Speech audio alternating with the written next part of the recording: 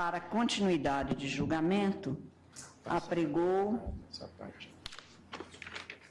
a ação direta de inconstitucionalidade 5.062, a qual está apensada a ação direta de inconstitucionalidade 5.065.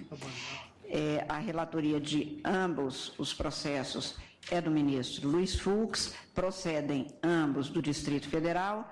A ação direta de inconstitucionalidade 5.062 tem como requerentes a Abramos, Associação Brasileira de Música e Artes, e a Associação de Músicos Arranjadores e Regente, AMAR, Sombras, Sociedade Musical Brasileira. Também a Associação de Intérpretes e Músicos, Sociedade Brasileira de Autores, Compositores e Escritores de Música, Sociedade Independente de Compositores e Autores Musicais, a Sociedade Brasileira de Administração e Proteção de Direitos Intelectuais e o Escritório Central de Arrecadação e Distribuição, ECAD. Tem-se nas anotações que, iniciado este julgamento em 14 de abril de 2016, houve a rejeição das preliminares, conheceram integralmente da ação e julgavam improcedentes os pedidos formulados.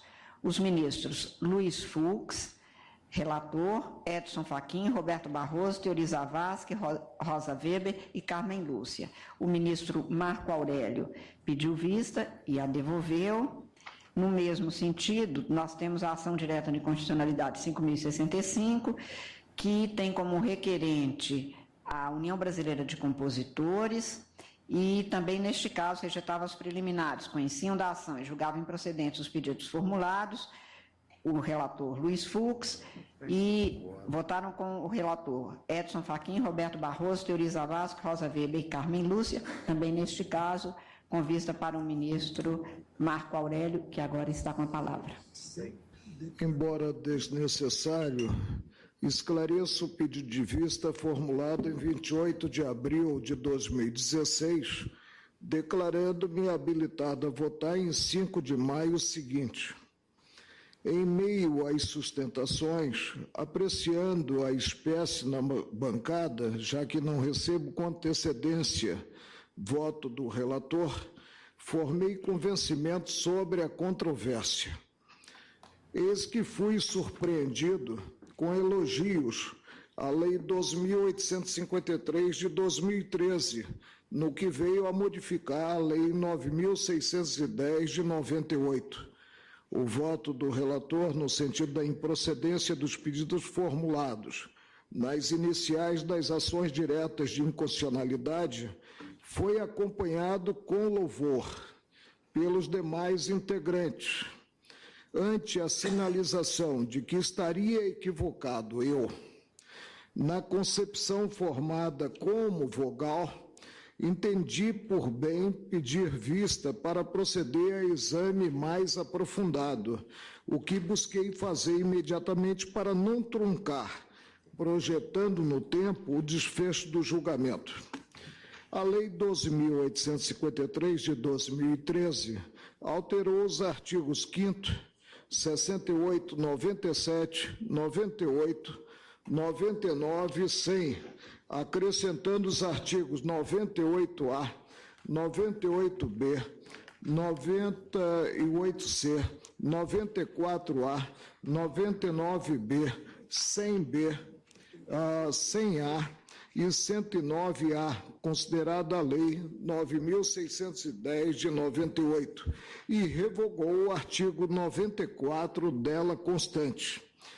A Constituição Federal está no ápice da pirâmide das normas jurídicas, submetendo a todos indistintamente, ou seja, as pessoas naturais e jurídicas, de direito privado e público, o executivo, o legislativo e o judiciário.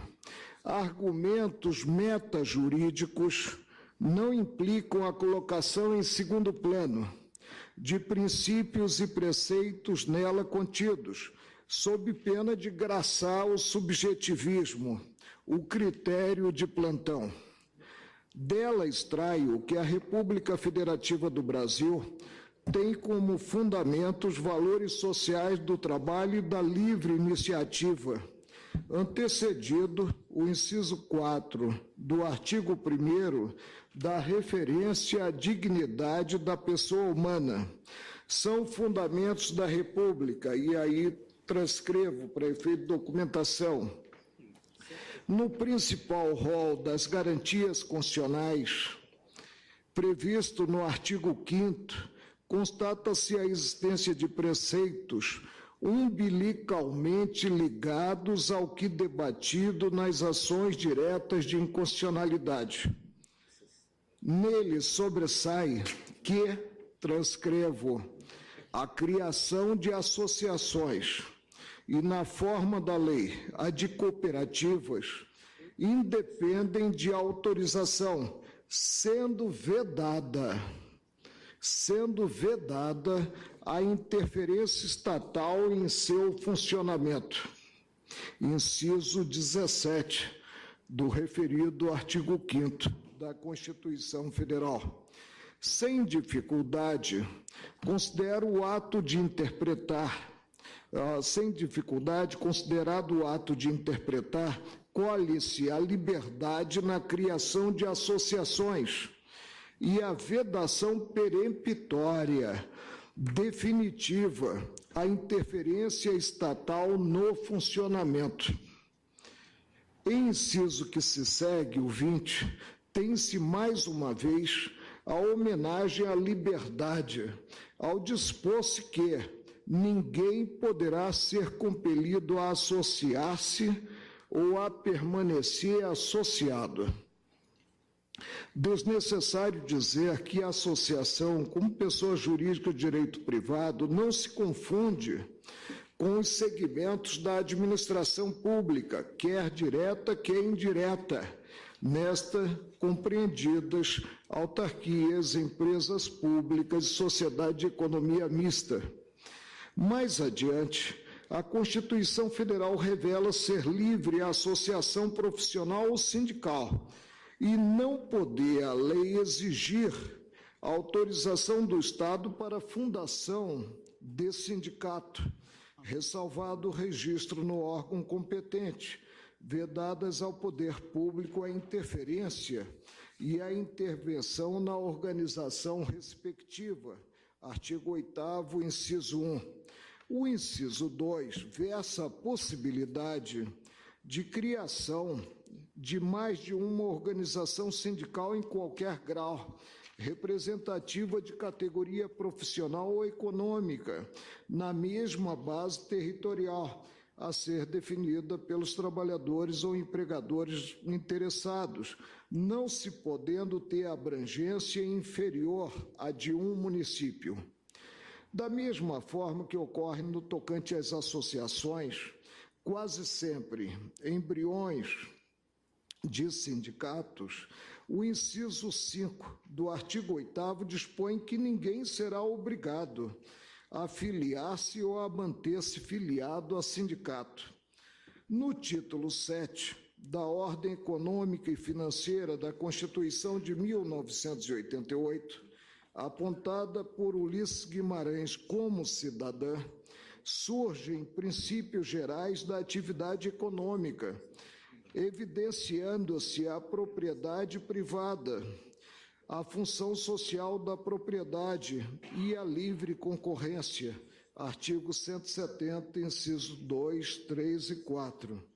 O parágrafo único do artigo 170 veicula que é assegurado a todos o livre exercício de qualquer atividade econômica, independentemente de autorização de órgãos públicos, salvo nos casos previstos em lei. No artigo 174, aponta-se o perfil do Estado sob o ângulo normativo e regulador da atividade econômica, aludindo-se ao exercício na forma da lei, princípio da legalidade tão caro nas sociedades ditas democráticas, das funções de fiscalização, incentivo e planejamento. No tocante a este último planejamento, assinala-se ser determinante para o setor público e indicativo para o setor privado. A Constituição de 1988 deu ênfase aos direitos individuais, tanto que se mostrou a primeira a versá-los, antes mesmo da disciplina alusiva à estrutura do próprio Estado. O que se nota, considerada a Lei 12.853 de 2013, a ênfase ao objetivo a ser alcançado em detrimento do meio e, o que é pior, com inobservância a princípios e garantias constitucionais. Transcrevo para efeito de documentação os preceitos impugnados referidos no parecer da Procuradoria-Geral da República na ação direta de inconstitucionalidade 5.062. Não vou lê-los porque não pretendo tomar mais do que necessário o tempo dos colegas. Estou passando as diversas folhas, nas quais transcrevo, para efeito de documentação, os dispositivos atacados. São muitos os dispositivos.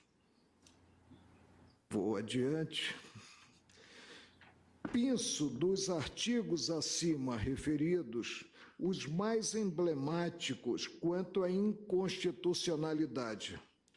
O inciso 14, inserido no artigo 5º da Lei 9.610, veio a disciplinar de forma abrangente o que se entende como titular originário da obra intelectual. Indicou que o são não só o autor da obra intelectual, como também o intérprete, o executante, o produtor fonográfico e as empresas de radiodifusão. Ex-condomínio que conflita com textos constitucionais, mais precisamente os dos incisos 27 e 28 do artigo 5º, inciso 27 da Constituição Federal. Aos autores, e não intérprete, executante, produtor fonográfico e empresas de radiodifusão, como está na lei, pertence o direito exclusivo de utilização, publicação ou reprodução de suas obras, transmissível aos herdeiros pelo tempo que a lei fixar. Inciso 28. São assegurados nos termos da lei a proteção às participações individuais em obras coletivas e a reprodução da imagem e voz humanas, inclusive nas atividades desportivas. B. O direito de fiscalização do aproveitamento econômico das obras que criarem ou de que participarem aos criadores, aos intérpretes e às respectivas representações sindicais e associativas. O preceito da linha B versa o direito de fiscalização e não pode ser interpretado a ponto de transmutar-se a titularidade única do autor da obra intelectual em coletiva, presente o intérprete, o executante, o produtor fonográfico e as empresas de radiodifusão. Sob o ângulo da liberdade de associação e também do autogoverno desta última da associação, com os artigos a partir do 97, a Lei 12.853 de 2013 encerra interferência a alcançar não só a dignidade da pessoa humana, a autodeterminação, predicado inerente à referida dignidade, como também o autogoverno das associações. Proibiu-se o ato de associar-se simultaneamente a mais de uma associação, considerada gestão coletiva de direitos da mesma natureza. Admitiu-se a transferência a qualquer momento de associação, impondo-se a comunicação a de origem, condicionando-se essa transferência à comunicação, à associação de origem.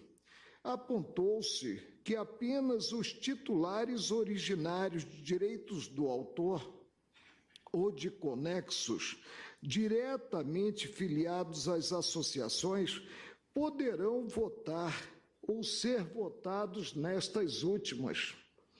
Com isso, ouvidou-se que a regência da matéria há de estar nos estatutos da associação, ante a liberdade constitucional de o segmento organizar-se. Também dispôs-se que somente titulares originários de direitos do autor ou de conexos podem assumir nas associações cargos de direção. Vê-se que o legislador ordinário substituiu-se, sob o ângulo do autogoverno, as próprias associações, interferindo de modo impróprio, porque inconstitucional, na governança destas. O artigo 98 foi além, veiculando substituição processual que conflita com a interpretação emprestada pelo Supremo ao inciso 21 do artigo 5º da Constituição Federal. Os precedentes são no sentido de exigir-se, para a substituição, autorização expressa e específica para que as associações atuem como substitutas processuais. Decorreram da clareza esses precedentes do texto do inciso 21 do artigo 5º, transcrevo, as entidades associativas, quando expressamente autorizadas, têm legitimidade para representar seus filiados judicial ou extrajudicialmente. Termino aqui a transcrição do preceito constitucional. O previsto no artigo 98 revela a representatividade substitutiva a partir de simples filiação. O parágrafo 1º do citado artigo disciplinou a necessidade de associação para existir juridicamente, obter habilitação em órgão da administração pública federal, remetendo o mencionado parágrafo aos requisitos versados para essa habilitação no artigo 98-A. Seguem-se dispositivos a revelarem a interferência da administração pública no dia a dia da associação, vindo-se até mesmo a cogitar-se da duração do mandato dos dirigentes e da impossibilidade de se candidatarem a mais de uma eleição.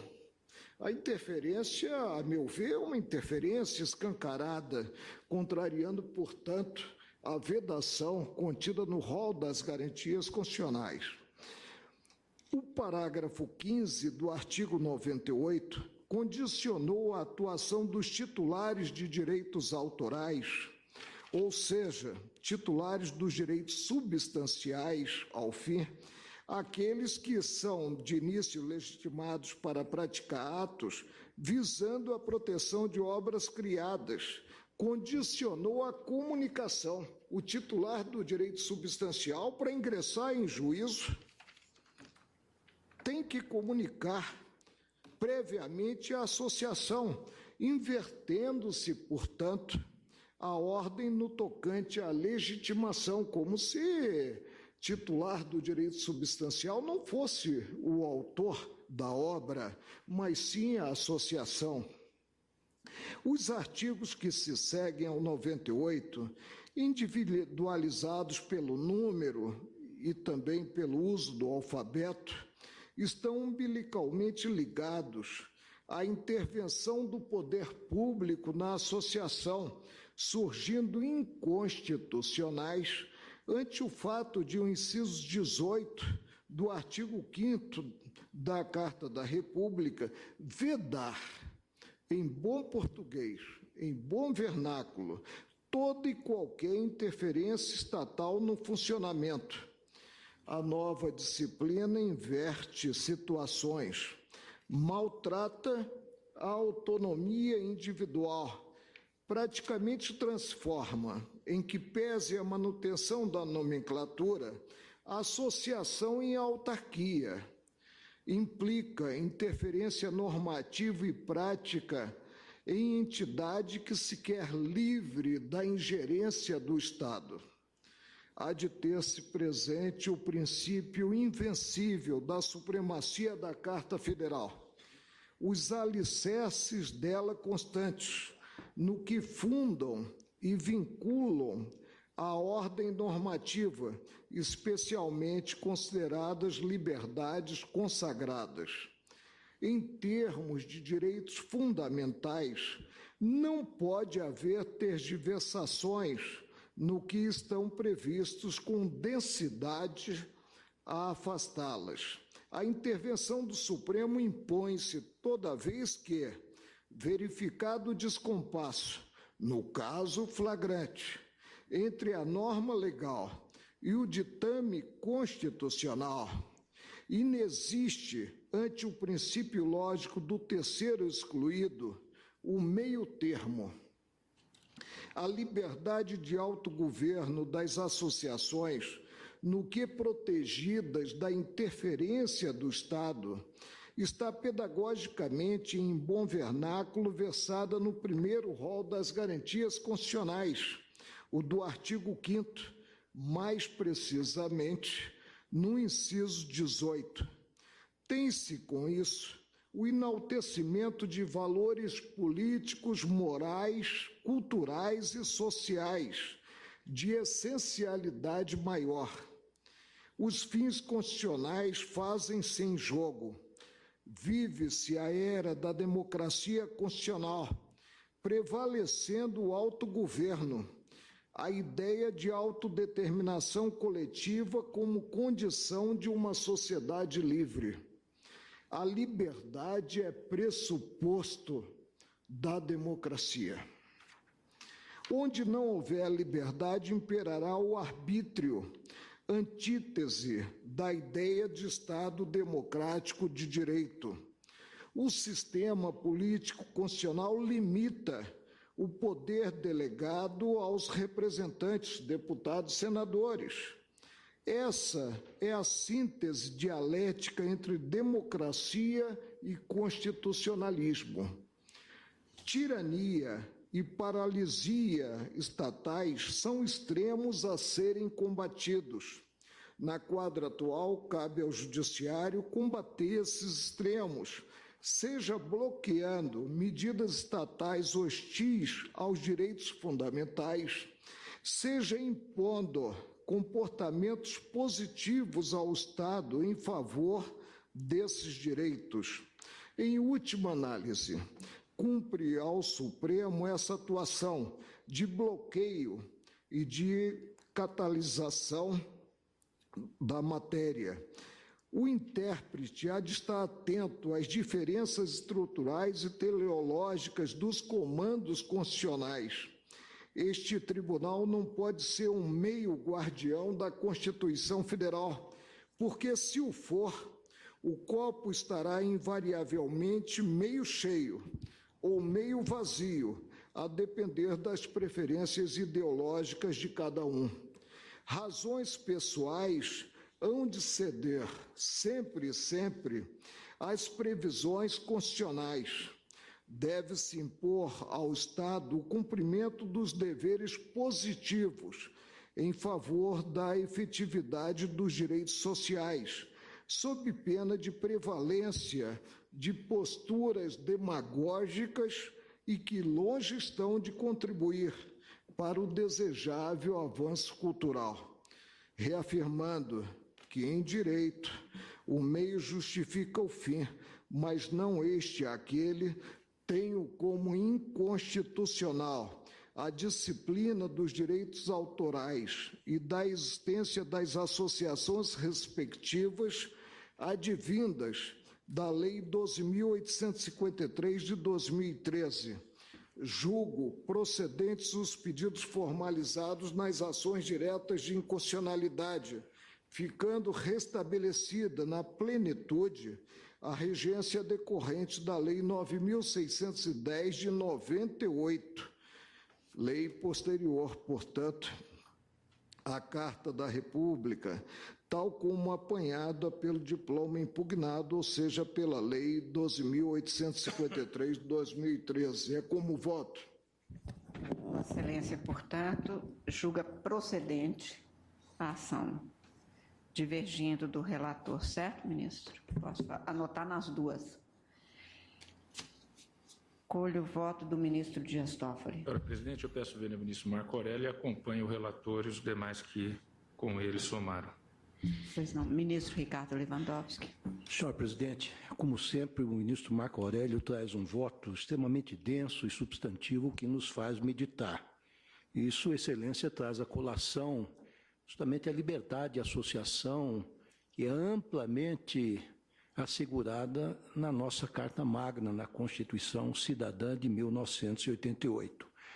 No entanto, eu ouso discordar do eminente ministro Marco Aurélio, não obstante o brilho de seus argumentos, entendendo que aí se aplicam, talvez, ou se sobrepõem outros dispositivos constitucionais que superam, talvez, esta amplíssima liberdade do direito de associação ao qual Sua Excelência alude.